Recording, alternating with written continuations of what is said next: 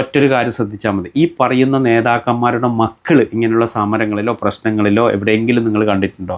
നമസ്കാരം. ഇന്നത്തെ ഒരു വീഡിയോ ഒരു സുഹൃത്ത് ആവശ്യപ്പെട്ടത് പ്രകാരമാണ് ഞാൻ നിങ്ങളിലേക്ക് എത്തിക്കുന്നുള്ളത്. ആദ്യമേ പറയട്ടെ, രാഷ്ട്രീയ അടിമകൾ ഈ ഒരു വീഡിയോ കാണരുത്. അത് ഏത് രാഷ്ട്രീയ പാർട്ടിക്കാരാണെങ്കിലും ശരി, ഇത് സാധാരണക്കാർക്കുള്ളൊരു വീഡിയോ ആണ്. 2 ദിവസം മുമ്പ്, അതായത് കറക്റ്റ് പറഞ്ഞാൽ പെരുന്നാളിൻ്റെ ദിവസം, ഒരു സുഹൃത്ത് എന്നെ കാണാൻ വേണ്ടി വന്നിരുന്നു. അദ്ദേഹം കുറേ ദിവസമായിട്ട് എൻ്റെ ലൊക്കേഷനും കാര്യങ്ങളൊക്കെ ചോദിക്കുന്നുണ്ട്. അങ്ങനെ ഈ പെരുന്നാൾ ദിവസം അദ്ദേഹം എൻ്റെ റൂമിലോട്ട് വന്നു. അദ്ദേഹം പറഞ്ഞ കാര്യമാണ് ഞാൻ നിങ്ങളോട് പറയാൻ വേണ്ടി പോകുന്നുള്ളത്. അദ്ദേഹം പ്രത്യേകം പറഞ്ഞിരുന്നു, എൻ്റെ ഫോട്ടോയോ എൻ്റെ പേരോ എൻ്റെ അഡ്രസ്സോ ഒരു കാരണവശാലും വീഡിയോയിൽ മെൻഷൻ ചെയ്യരുത് എന്ന് പറഞ്ഞിരുന്നു. നമ്മൾ കൊടുത്ത വാക്കാണ് ഇല്ല എന്ന്. അപ്പോൾ അതുകൊണ്ട് അദ്ദേഹത്തിൻ്റെ പേര് പറയാൻ എനിക്ക് പറ്റില്ല. ഇനി നമുക്ക് വിഷയത്തിലേക്ക് വരാം. അദ്ദേഹം 25 വർഷമായിട്ട് കുവൈറ്റിലെ ഒരു കമ്പനിയിൽ സ്റ്റോർ കീപ്പറായിട്ട് ജോലി ചെയ്യുന്നുണ്ട്. അദ്ദേഹത്തിന് ഏകദേശം 59 വയസ്സായി. 6 പെൺകുട്ടികളും ഒരു ആൺകുട്ടിയും. പെൺകുട്ടികളൊക്കെ കല്യാണമൊക്കെ കഴിച്ചു വിട്ടു. വലിയ സമ്പാദ്യമോ കാര്യങ്ങളൊന്നും ഇല്ല. അപ്പോൾ അദ്ദേഹം നിർത്തിപ്പോന്നിട്ട് ശാരീരികമായിട്ടുള്ള പ്രശ്നങ്ങളും കാര്യങ്ങളൊക്കെ ഉണ്ട്.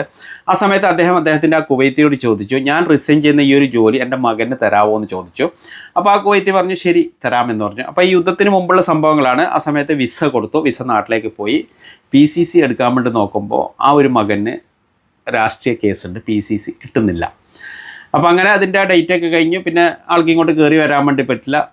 ആ വിസ പോയി.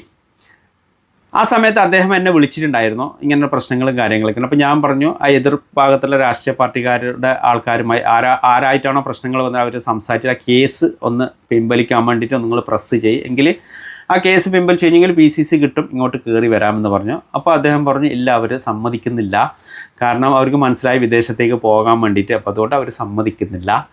അപ്പോൾ ഈ ഒരു വിസ നഷ്ടപ്പെട്ട് എനിക്ക് ഒത്തിരി വിഷമമുണ്ട്. കാരണം സമ്പാദ്യമൊന്നും ഇല്ല, പക്ഷെ ആ മകനെങ്കിലും ഇവിടെ കൊണ്ടുവന്ന് ഒരു നല്ലൊരു ജോലിയിൽ കയറ്റിയിട്ട് പോകുന്നുള്ള ആഗ്രഹം ഉണ്ടായിരുന്നു, അതും നടന്നില്ല എന്ന് പറഞ്ഞു.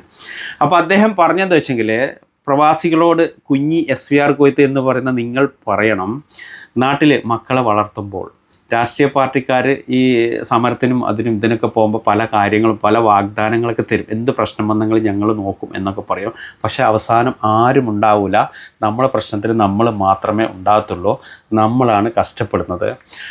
ഈ ഒരു വിഷയം, ഈ ഒരു കാര്യം നിങ്ങൾ പ്രവാസികളോട് ഒന്ന് പറയണമെന്ന് പറഞ്ഞു. അതുകൊണ്ടാണ് നിങ്ങളുടെ മുമ്പിലോട്ട് വന്നിട്ടുള്ളത്. അപ്പോൾ പ്രിയപ്പെട്ട സുഹൃത്തുക്കളെ, എനിക്ക് നിങ്ങളോട് പറയാനുള്ളത്, പ്രവാസികളായ നിങ്ങളുടെ മക്കൾ നാട്ടിൽ രാഷ്ട്രീയ പാർട്ടിയുടെ നേതാക്കന്മാർ പലതും പറയും.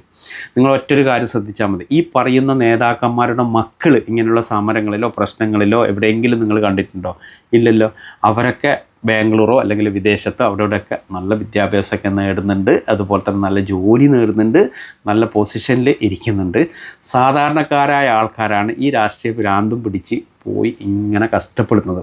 അതുകൊണ്ട് പ്രവാസികളായ നിങ്ങളോട് എനിക്ക് പറയേണ്ടത്, മക്കളെ വളർത്തുമ്പോൾ രാഷ്ട്രീയ പാർട്ടികളുടെ അടിമകൾ ഒരിക്കലും ആവരുത്. രാഷ്ട്രീയം വേണം ആവശ്യത്തിന്, വേണ്ട എന്ന് പറയുന്നില്ല. പക്ഷേ ഈ സമരത്തിനും തല്ലിനും കുത്തിനൊക്കെ പോയിട്ട് കേസ് വാങ്ങിച്ച് കൂട്ടരുത്. പഴയ കാലമല്ല. ഒരു രാഷ്ട്രീയ പാർട്ടിക്കാരും വിചാരിച്ചെങ്കിലും ഈ കേസൊന്നും റിമൂവ് ചെയ്യാൻ ഒന്നും പറ്റത്തില്ല. അത് അതിൻ്റെ വഴിക്ക് പോകും. PCC ഒരിക്കലും കിട്ടത്തില്ല. ഗൾഫിലേക്ക് വരാനും പറ്റത്തില്ല. നമ്മുടെ നാട്ടിലെ സ്ഥിതി അറിയാലോ. നാട്ടിൽ ജോലി ചെയ്താൽ എന്താ കിട്ടുന്നത്? ജോലി ഉണ്ടാ? ഇല്ല. അപ്പോൾ സുഹൃത്തുക്കളെ, ഈ കാര്യങ്ങളൊക്കെ ഒന്ന് ശ്രദ്ധിക്കുക. എൻ്റെ ഈ വീഡിയോ എന്നോട് ചെയ്യാൻ വേണ്ടി പറഞ്ഞ സുഹൃത്ത് കാണുന്നുണ്ടെങ്കിൽ നിങ്ങൾ വന്നൊന്ന് കമൻറ്റ് ചെയ്യുക കേട്ടോ. അപ്പോൾ എല്ലാവരോടും സ്നേഹം മാത്രം.